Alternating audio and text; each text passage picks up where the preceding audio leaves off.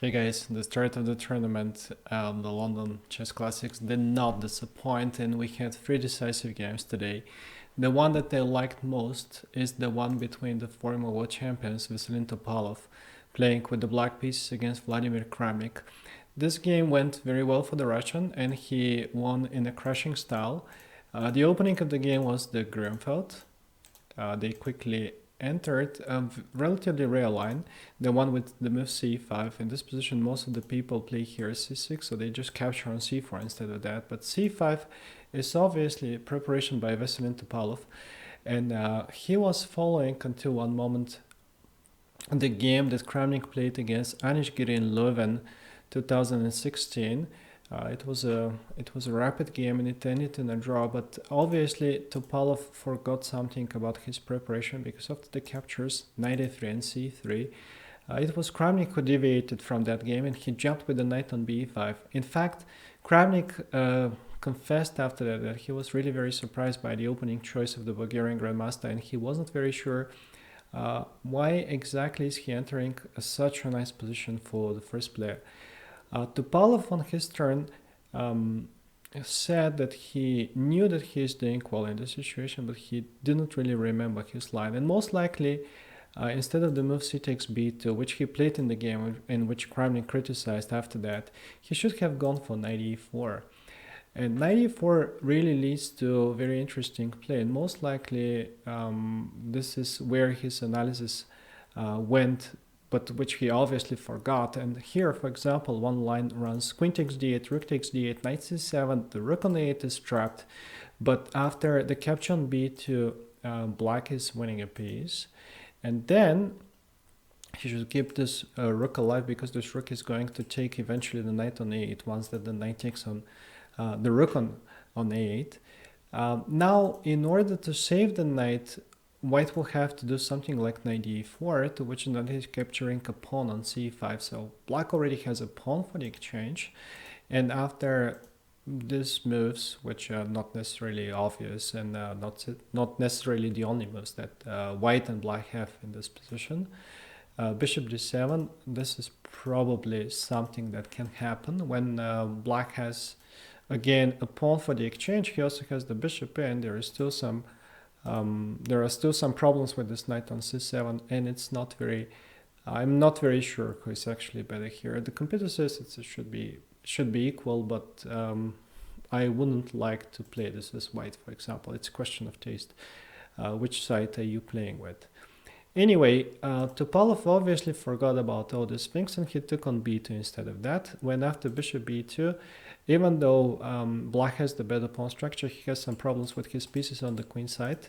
And actually he couldn't really bring them out that easily. He did bishop d7 and bishop c6. It's a typical Grünfeld idea, after which Kramnik simply occupied the c and the d files with his pieces. And his play is indeed very easy. He's simply jumping with his knights on the central squares. On knight d7, he did knight b to d4. Now he wants to capture on c6. This is something that black cannot really allow. Say, for example, a move like rook e8 would be answered knight c6, bishop c6, queen e4, followed by knight d4, and this pawn is just getting lost and with the game. The bishop on g2 is becoming extremely good. Nobody can oppose it. Nobody can say a word to it. So that's why Topalov played bishop d5, queen e3, rook e8, and he was actually feeling quite confident in this situation, even though Kramnik played a very strong move c6. He saw it, obviously both of them saw that move, and Topalov said that at the beginning he wanted to take on c6 and to play that position with knight c6, and now queen to b7. But obviously not bishop takes c6 because after knight e4, white is regaining the piece on the pin, and again this master on g2 is going to give black more than hard time in the situation. So therefore, queen b7 was what he wanted to do. But after queen b7, knight e5, bishop g2, king g2, indeed white has a lot of pressure, and presumably I have the feeling that Topalov didn't really want to suffer the whole game, and he wanted to get more active play, typical for him. This is typical Kramnik position, by the way. what happens here.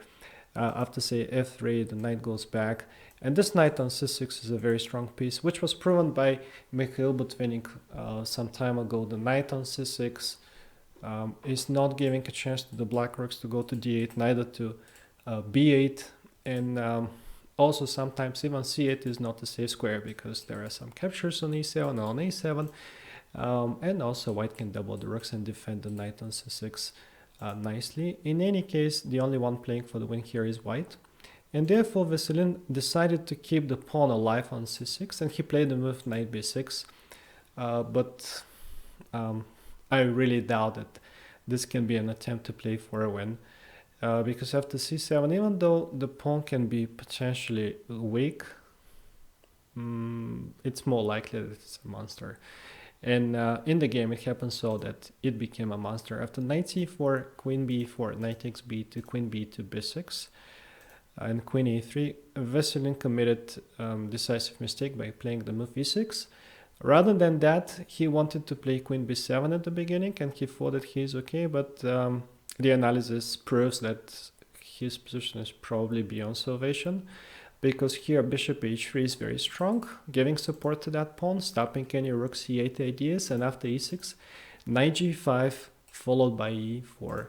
e4 is an unstoppable threat, and it seems to me that black is losing. Say h6, e4, if h takes g5, there is e takes d5, knight takes d5, and white is completely pinning the opponent. I don't really see what can he do next. He doesn't have any moves.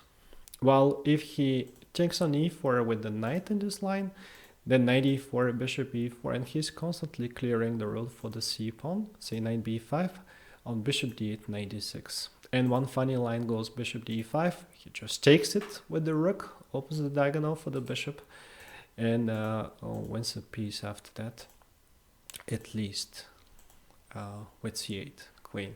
That should be a win for white as well. But the way that Veselin played e6 made things even worse, because Vladimir Kramnik found knight b5. It's an obvious move. He's taking the d6 square for his knight, and after bishop f8 with some energetic moves, he didn't give time to his opponent to expel the knight from the b5 square. He was attacking the knight before that on f6. That's why bishop g7 was forced. Now he did queen d2. Knight d6 is again a threat. Queen d7, but here the queen is pinned. And with e4, white is creating the decisive threat.